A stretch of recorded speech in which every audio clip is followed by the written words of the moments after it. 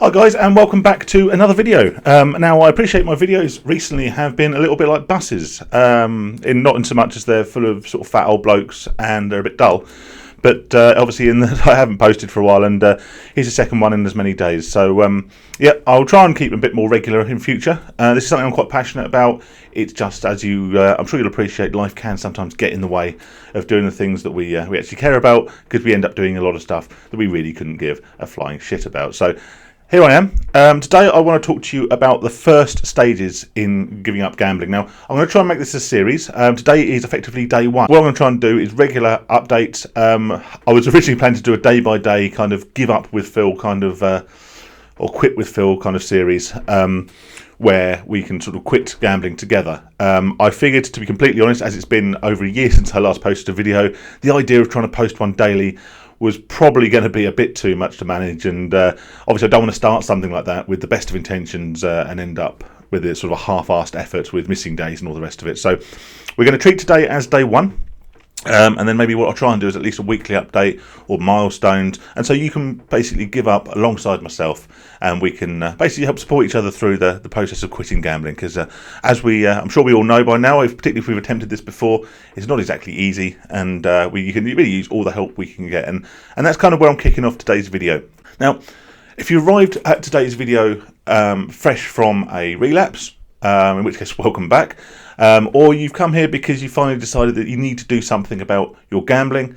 It may not be the first time you've come to this conclusion, but hopefully it will be the last time, because this time you will see it through and you will get set in recovery. So what do you need to do now you've made that decision, that you've made the decision that gambling is no longer for you, that this can no longer be a part of your life?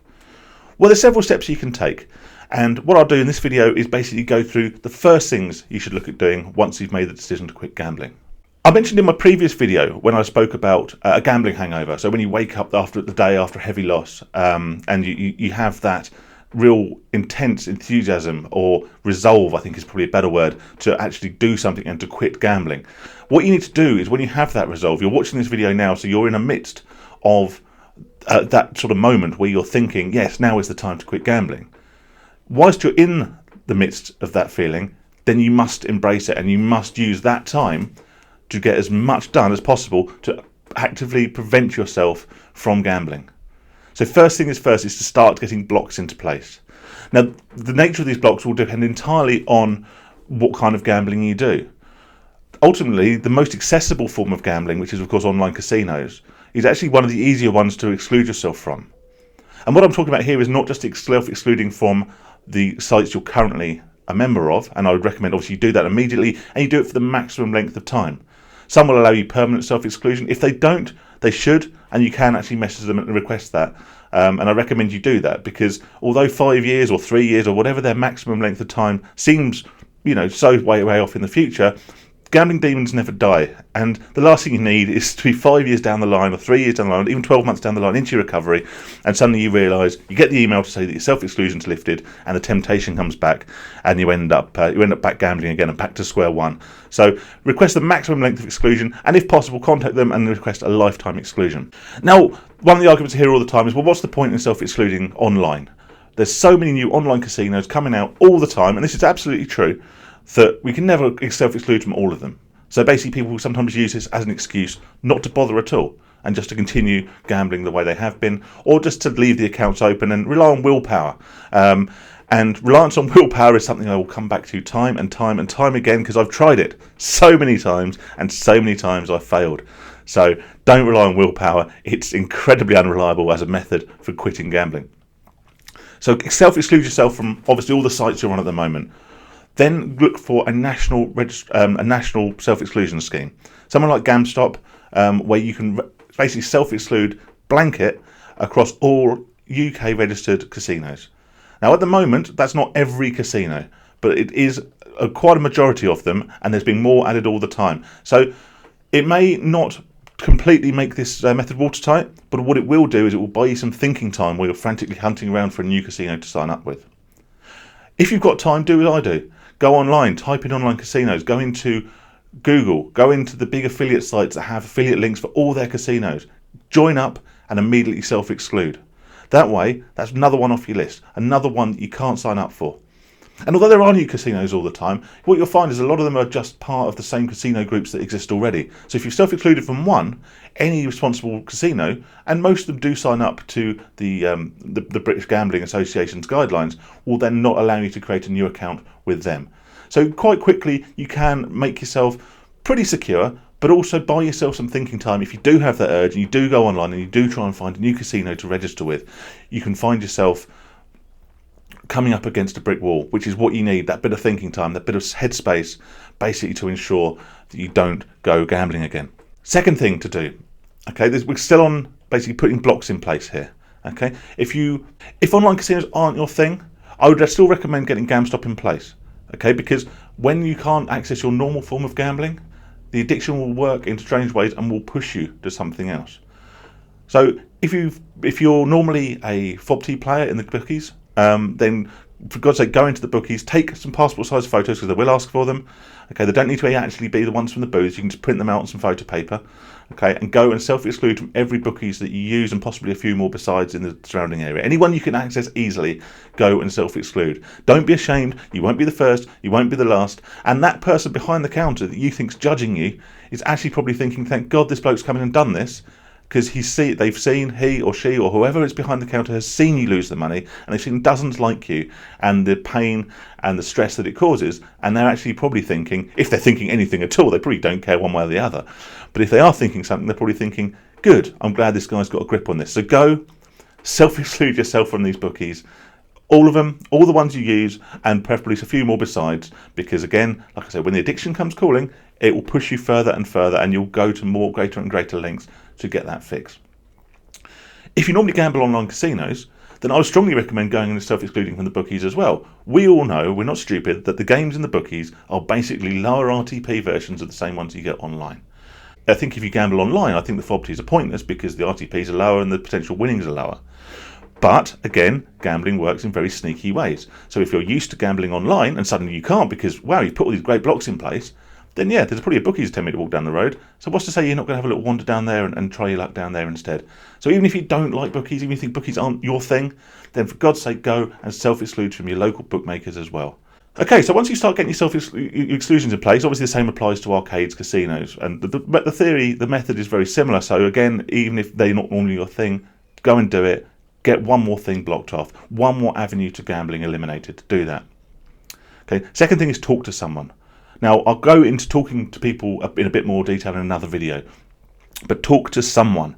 Now, ideally, that person will be your spouse, so your husband or your wife, immediate family, obviously if you're younger living at home, then your parents, siblings, but basically the people who are closest to you. But if you can't, I strongly recommend doing that, but if you can't face that at this stage, and a lot of people can't, then talk to someone, be that a close friend, be that whoever. Okay. Now, as I mentioned in my previous videos, my biggest issue was with slot machines. Most regularly, I did play online, but actually I ended up boiling that down after many self-exclusions to just playing machines in pubs.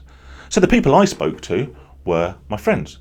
So I was that person who'd go out for a drink with 3 or 4 of my mates, and within 2 or 3 pints, I was the one standing in the corner playing the fruit machine while they were all still sitting around the table talking about football or the transfer deadline day or whatever it was we were talking about, something manly no doubt, and I would be the one in the corner losing my money on the fruit machine.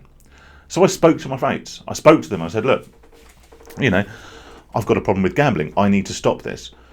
Now we take the piss out of each other, of course we do, we're blokes in a pub, that's what we do, but when you talk about something seriously, you'll find that a lot of your friends will be a lot more supportive and a lot more accepting than you think, and they will help you. If not, you do it in a jokey way and do what I do and say, look, if you see me playing that fruit machine, I'll buy you a pint. Anytime you see me gamble, I'll buy you a pint.